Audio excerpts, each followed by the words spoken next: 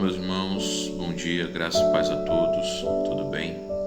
Estamos aí a um dia de comemorar a Páscoa e a Páscoa, ela tem um significado muito abrangente, muito grande, enorme. Mas ainda assim, existem muitas questões que muitos nunca pararam nem sequer para pensar a respeito do significado da Páscoa.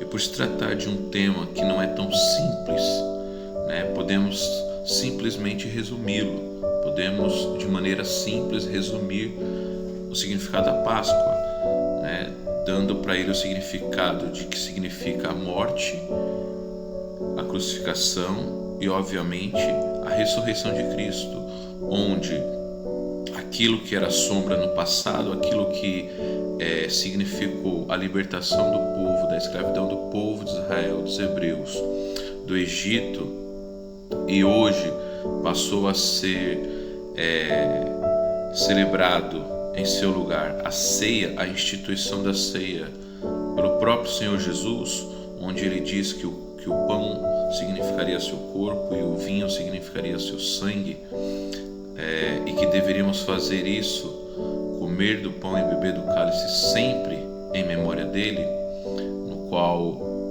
isso que de fato se tornaria a nossa Páscoa. Ainda assim, existem muitas questões que é de suma importância nós entendermos, e hoje eu gostaria justamente de falar sobre isso, falar a respeito do verdadeiro significado da Páscoa. Amém? Antes eu quero convidar você, em nome de Jesus, a baixar a sua cabeça e ter uma breve oração. Amém? Pai amado, Pai querido, obrigado, Senhor, pelo privilégio de estarmos aqui, ó Deus, diante dessa oportunidade de compartilhar, Pai, o significado da Páscoa. Sabemos que a Páscoa, ela abrange, ó Deus, um significado tanto relacionado ao Antigo Testamento, como principalmente e efetivamente ao Novo, Pai. Aquilo que o Senhor fez, realizou por nós, por amor, Senhor. Que o Senhor fale conosco, que o Senhor alcance nosso coração e nos ajude, Senhor, a compreender de maneira clara, em nome de Jesus. Amém. E graças a Deus. Pois bem, queridos. Bem, qual o significado da Páscoa? A Páscoa, em primeiro lugar, é importante entendermos que é uma celebração judaica instituída por Moisés, seguindo uma ordem específica do próprio Deus. O significado da Páscoa para os cristãos, para nós, está diretamente relacionada à morte e à ressurreição de Cristo, como eu mesmo já havia falado. Olha só, a primeira Páscoa judaica, ela foi realizada no mês de Abib, posteriormente chamado de Nissan, que corresponde, queridos, ao período entre março e abril em nosso calendário. Esse mês ele se tornou o primeiro mês do calendário judaico. A Páscoa também está ligada à festa dos pães asmos e à dedicação dos primogênitos.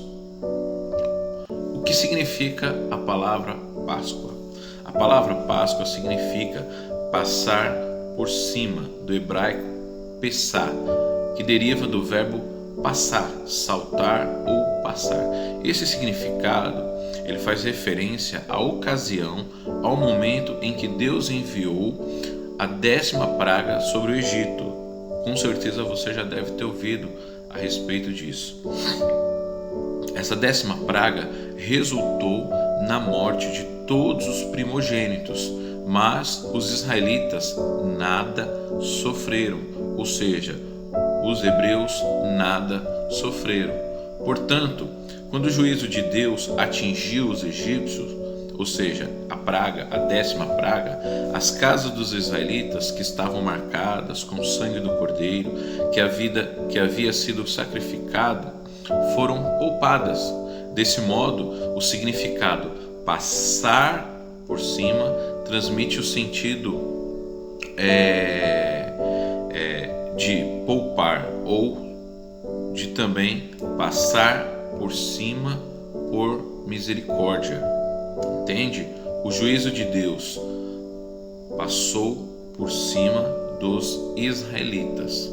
Então, Basicamente, esse é o significado da palavra Páscoa.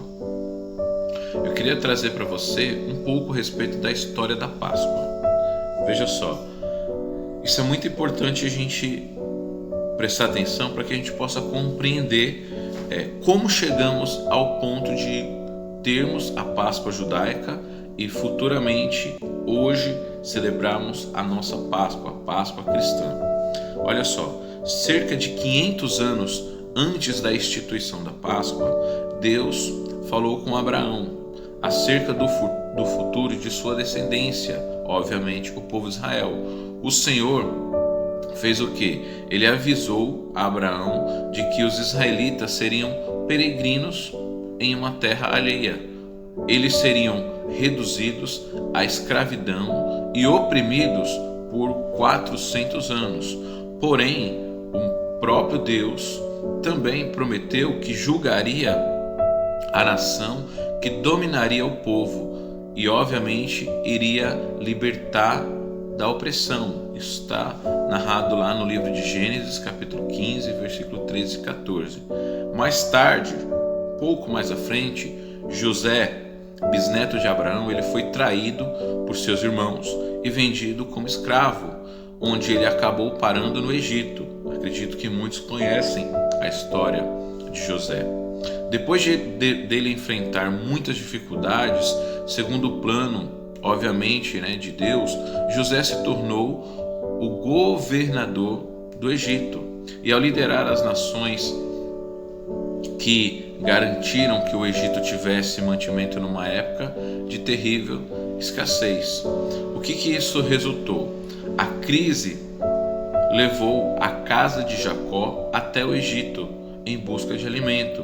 Então eles descobriram que José havia sido honrado, exaltado por Deus naquela terra e que ali a descendência de Abraão sobreviveria. Durante algum tempo, queridos, os israelitas, eles viveram com dignidade lá no Egito, mas José e toda aquela geração morreram. E então chegou o tempo em que se levantou um faraó que não conhecia José e escravizou todo o povo de Israel. Isso também está narrado lá no livro de Êxodo, capítulo 1, versículos 6 a 11. Depois de 400 anos que os israelitas estavam no Egito, o que aconteceu? Deus levantou Moisés como libertador do seu povo.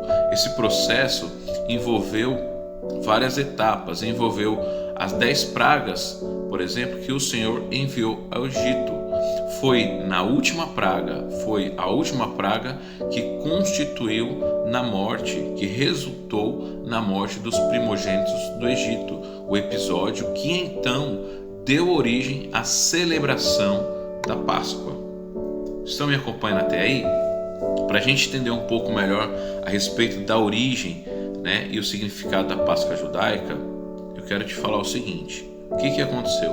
Quando Deus anunciou a 10ª praga, ele também deu instruções específicas a Moisés de como os israelitas deveriam proceder. O Senhor Deus ordenou que eles deveriam sacrificar um cordeiro ou um cabrito macho sem defeito no 14º dia do mês de Abib, e que eles deveriam pegar o sangue desse cordeiro e aspergir nos umbrais, no alto dos batentes de suas portas, ou seja, de suas casas.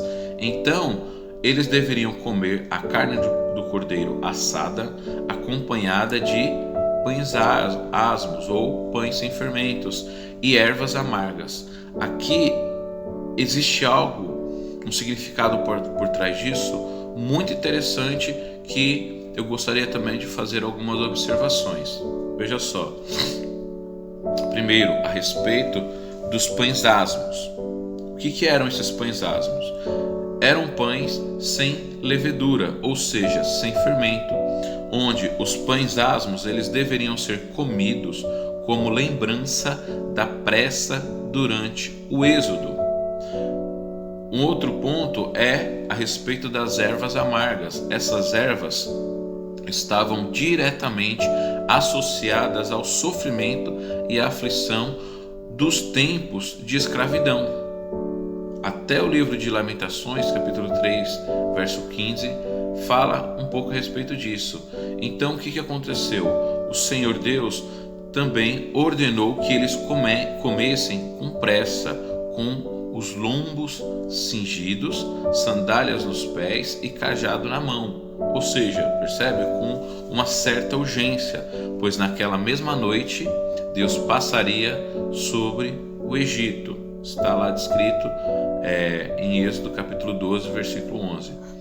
Quando o juízo de Deus atingiu o Egito, morreram todos os primogênitos, desde os homens até os animais. Isto também, queridos, significou a completa derrota dos deuses do Egito. O significado da Páscoa judaica, então, está claramente registrado no livro do Êxodo, quando nós lemos, por exemplo, capítulo 12, a partir do versículo 26 e 27, onde diz o seguinte: E acontecerá que, quando vossos filhos vos disserem: Que rito é este? Respondereis: Este é o sacrifício da Páscoa ao Senhor, que passou por cima dos filhos de Israel no Egito, quando feriu aos egípcios e livrou as nossas casas. Então o povo se inclinou e adorou. Então, queridos, essa basicamente é a origem da Páscoa judaica, certo? Do significado da Páscoa. Existem algumas observâncias da Páscoa no decorrer da história dos hebreus que eu gostaria de compartilhar. Moisés, ele instituiu a Páscoa como uma celebração anual. Dessa maneira, a Páscoa é a festa judaica mais antiga, certo? Os judeus, eles deveriam celebrar a Páscoa seguindo as regras básicas que foram determinadas lá no Pentateuco, Êxodo capítulo 12, Levítico 23 e Deuteronômio capítulo 16. Assim como na primeira Páscoa, ainda no Egito, a festa anual ela era comemorada no crepúsculo, ou seja, no crepúsculo do 14º dia do primeiro mês, seguida de 7 dias consecutivos, ou seja, do 15º ao 21º dia, denominado como festa dos pães asmos. Percebe? Então, do 15º ao 21º, então tinha uma semana de duração essa festa. O que acontecia? O cordeiro macho e sem defeito, de até um ano, ele deveria ser sacrificado. Ele era separado do rebanho por cada família no 10º dia do primeiro mês e guardado até o 14º dia, certo? O animal, ele deveria ser assado inteiro, sem que nenhum osso fosse quebrado. Olha que interessante, queridos, está começando a entender e compreender um pouco da ligação daquilo que foi sombra, daquilo que aconteceu lá no Antigo Testamento, com aquilo que nós vamos ver o nosso Senhor Jesus, o nosso Cordeiro Pascal passar. Da mesma forma que naquele contexto, aquele animal, aquele cordeiro, ele deveria ser assado inteiro, sem ter nenhum osso quebrado. Da mesma forma aconteceu com o nosso Senhor Jesus. Ele foi morto, foi açoitado, foi humilhado, foi crucificado, mas também nenhum osso seu foi quebrado.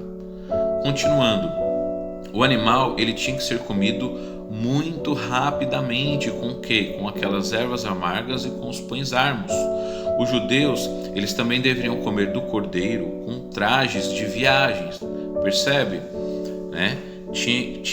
Tinha todo um processo, um procedimento para que então eles fossem libertos, para que então de fato o Senhor os libertasse daquele contexto. Então os judeus, eles deveriam comer o cordeiro com traje de viagem, ou seja, isso implica que eles deveriam já estar completamente preparados. Por quê? Para que a saída à pressa do Egito fosse celebrada. As sobras do cordeiro também deveriam ser queimadas, pois não era permitido aproveitá-las no dia seguinte. Durante a celebração da Páscoa, queridos, o chefe da família explicava o significado ritual às crianças. Olha, fazer uma adenda aqui, olha que interessante. O chefe da família, ou seja, o homem da casa, ele tinha essa responsabilidade de ensinar para as crianças o que significava Páscoa. As crianças, elas já eram ensinadas sobre a libertação, sobre todo esse processo que eu acabei de compartilhar. Interessante, não é verdade? Continuando, depois também foi instituída uma segunda Páscoa, um mês depois, para beneficiar aqueles que não puderam participar da primeira celebração. Isso está descrito lá no livro de Números, capítulo 9, do verso 1 até o verso 14. Enquanto esteve peregrinando no deserto, o povo de Israel ele não celebrou a Páscoa. Eles voltaram a celebrá-la apenas quando já estavam acampados lá em Gilgal, sob a liderança de Josué. Está descrito lá em Josué capítulo 5, versículo 10. Há também, queridos, outras passagens bíblicas que fazem referência à celebração da Páscoa no Antigo Testamento. Por exemplo, 2 Crônicas, capítulo 30, versículo 1 a 27 e capítulo 35, do 1 ao 19. Amém? Esse é o contexto da Páscoa, do significado da Páscoa, da sua origem e de como que se deu. Amém? Agora eu quero, para que a gente possa compreender a correlação entre a Páscoa judaica, a Páscoa do povo hebreu, do povo judeu, certo? Com a Páscoa cristã, ou seja, a Páscoa onde Cristo é o alvo, é o foco. Eu quero antes falar um pouco a respeito da Páscoa na época de Jesus, certo? Quando nós observamos os evangelhos, nós percebemos que eles trazem várias passagens que relatam a celebração da Páscoa durante a vida de Jesus. O próprio nosso Senhor Jesus, ele era levado por seus pais a Jerusalém todos os anos para a festa da Páscoa. Podemos ver isso lá em Lucas capítulo 2, verso 41. No Evangelho de João, por exemplo, nós encontramos pelo menos pelo menos 4 referências à festa da Páscoa.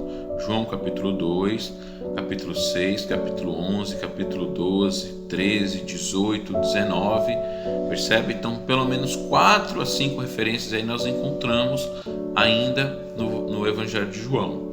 Nessa época, na época de Jesus, o cordeiro ele era sacrificado na área do templo e seu sangue era lançado por um sacerdote sobre o altar.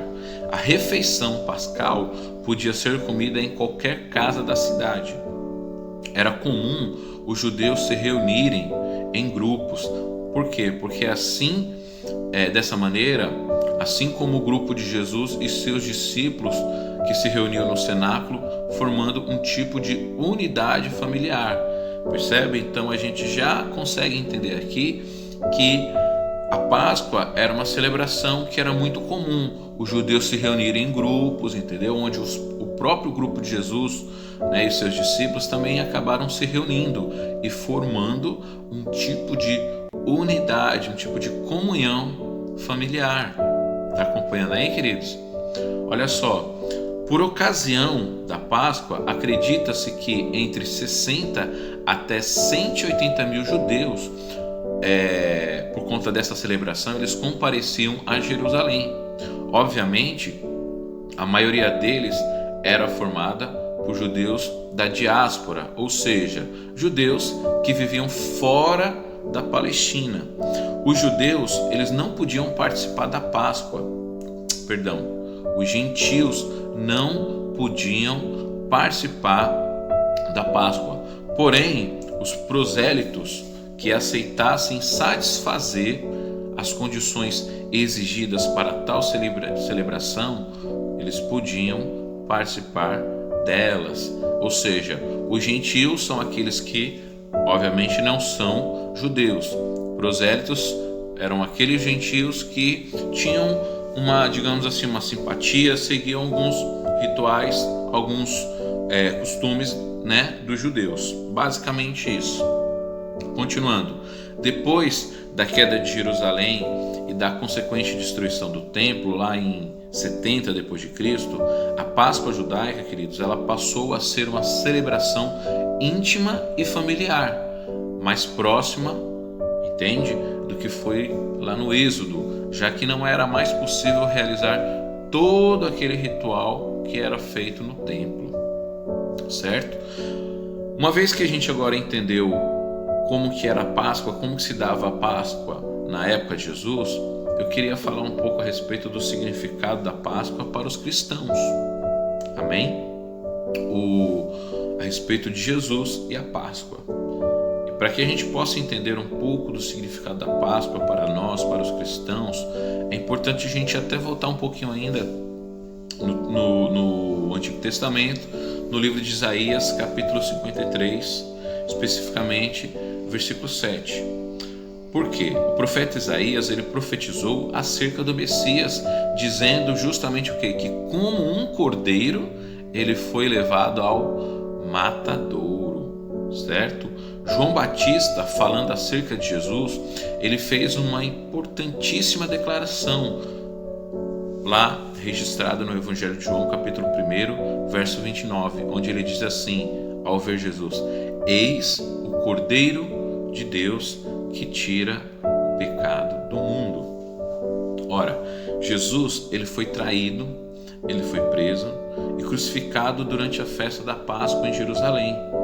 Tudo isso, queridos, ocorreu muito provavelmente numa sexta-feira, embora até algumas pessoas venham defender que poderia ter sido na quarta-feira.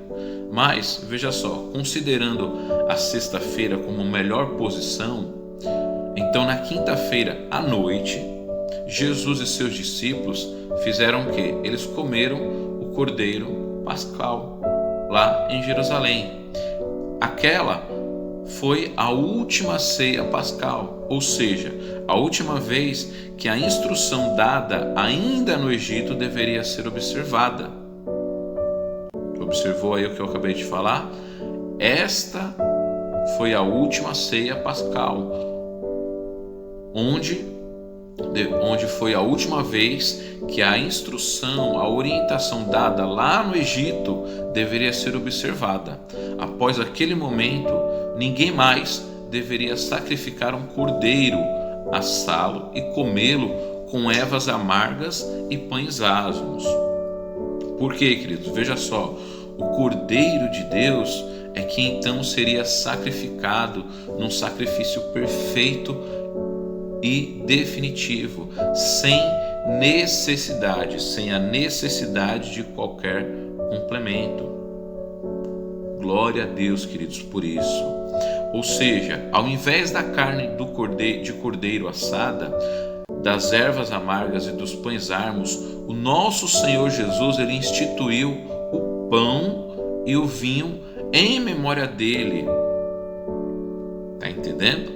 Aquilo que era Páscoa judaica, todo aquele ritual, toda aquela cerimônia, ela foi substituída quando, naquele momento aqui que eu acabei de descrever, o Senhor Jesus, juntamente com os discípulos, instituiu a ceia do Senhor, tomando o pão e o vinho, e dizendo que eles deveriam comer e beber todas as vezes em memória do próprio Senhor. Entende? Então, ao comermos o pão, nós nos lembramos de seu corpo partido, e quando tomamos, ou seja, bebemos o cálice, nós lembramos do seu sangue derramado. A última Páscoa, queridos, ela deu lugar à primeira ceia do Senhor. Amém? Consegue entender, queridos? A última Páscoa, onde o Senhor Jesus, ele participou efetivamente, ele com os discípulos e fez,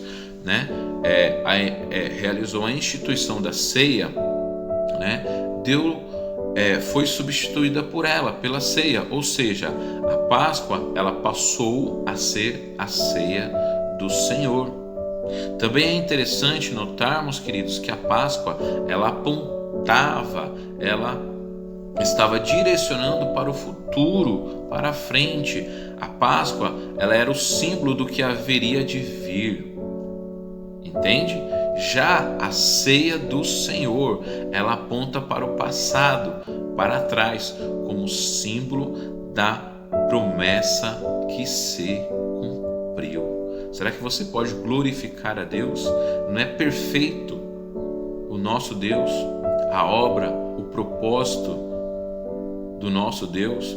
Ele fez com que todas as coisas ali, mesmo através da escravidão do seu povo, do povo hebreu, que se tornou o seu povo escolhido,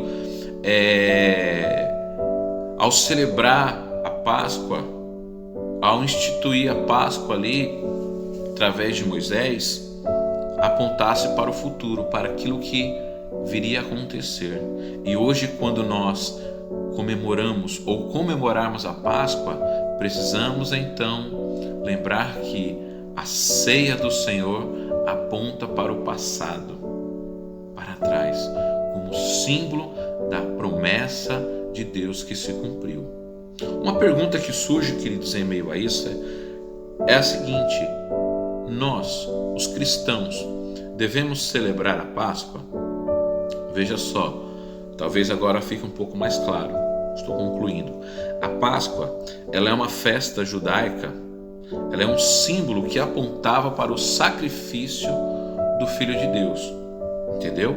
A Páscoa é uma festa judaica, um símbolo que apontava, lembra? Futuro, apontava para o sacrifício do Filho de Deus, de Jesus, Cordeiro de Deus, que veio tirar o pecado do mundo.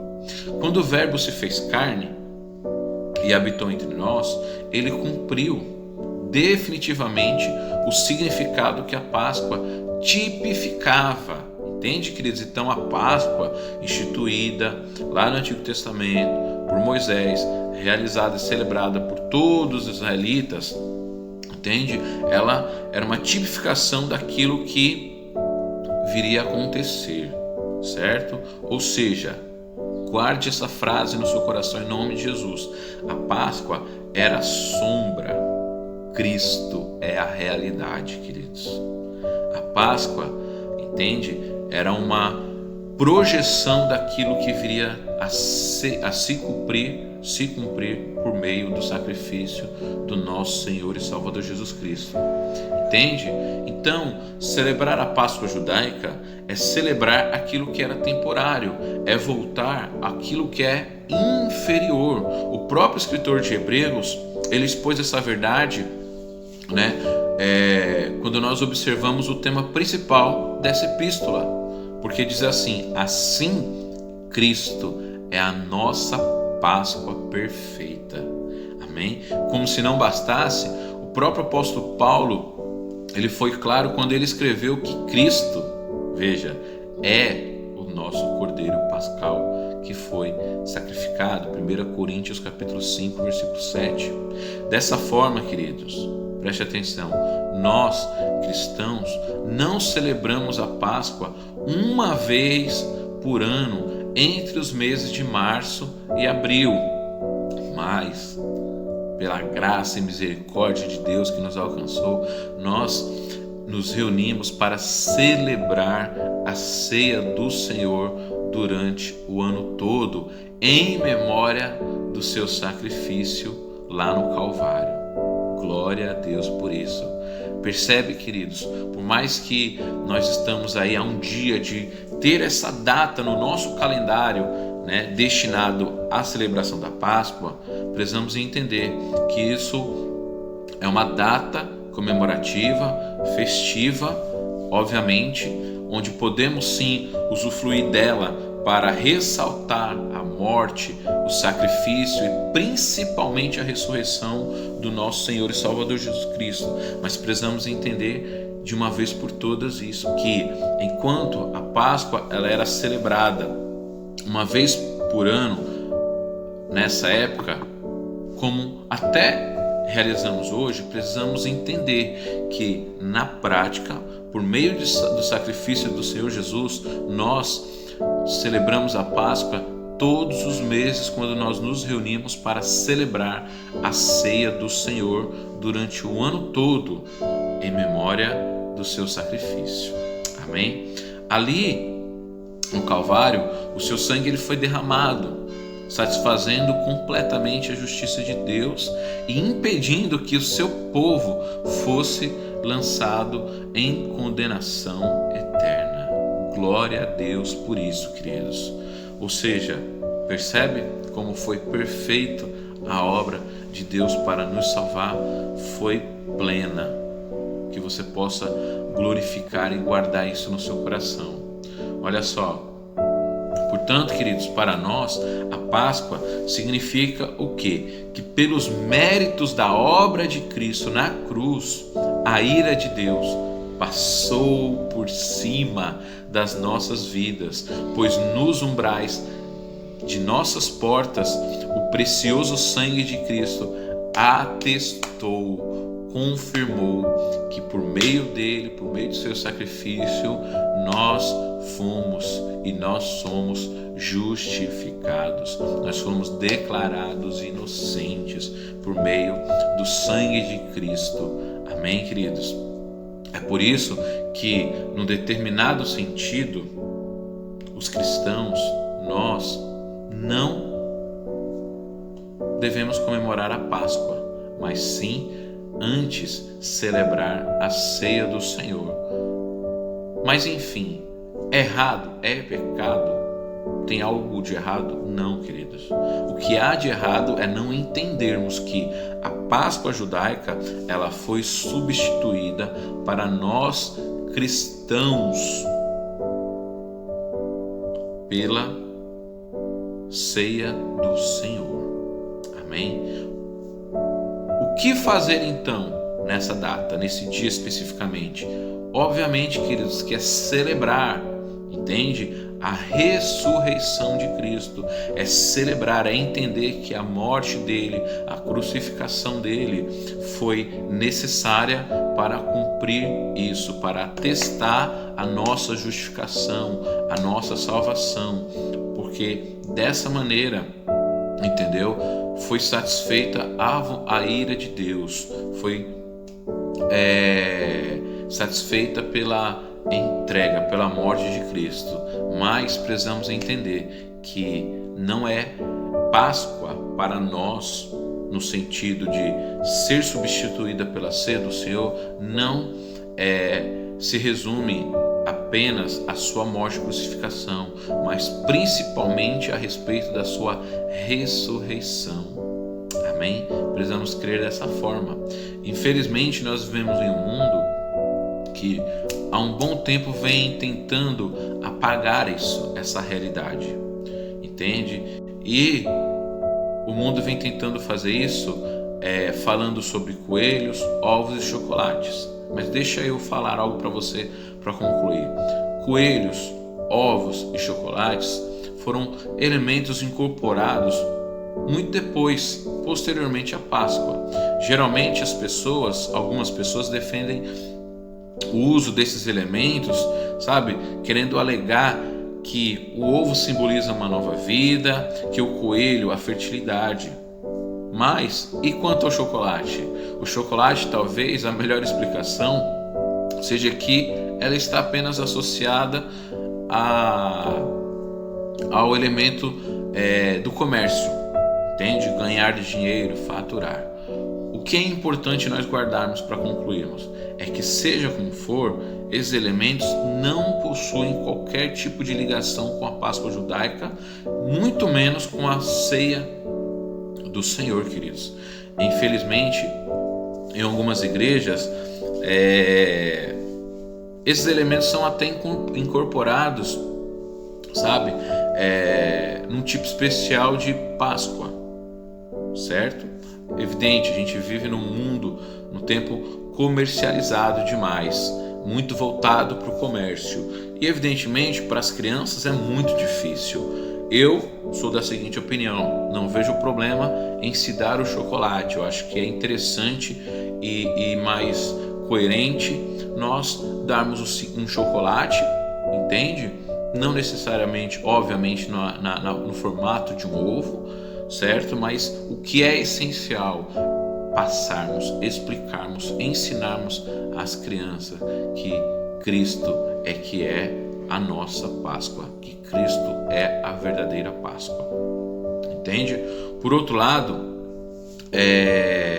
precisamos entender que existem aqueles que, na tentativa de se desvencilhar das práticas populares, acabam cometendo outro erro, acabam até aderindo certas práticas da Páscoa judaica. Também não sou eu que vou dizer que está errado. Para mim, particularmente, eu já participei e eu digo para você, é muito interessante o contexto, o significado, como eu trouxe, né, no início a respeito do significado das ervas amargas, dos pães asmos, entende?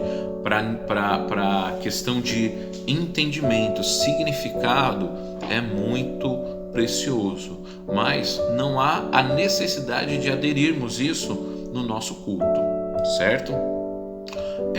Isso significa que em algumas igrejas, na época da Páscoa, comem até o cordeiro assado, pães asmos e algum tipo de erva amarga, tentando reviver, vamos dizer assim, nesse contexto.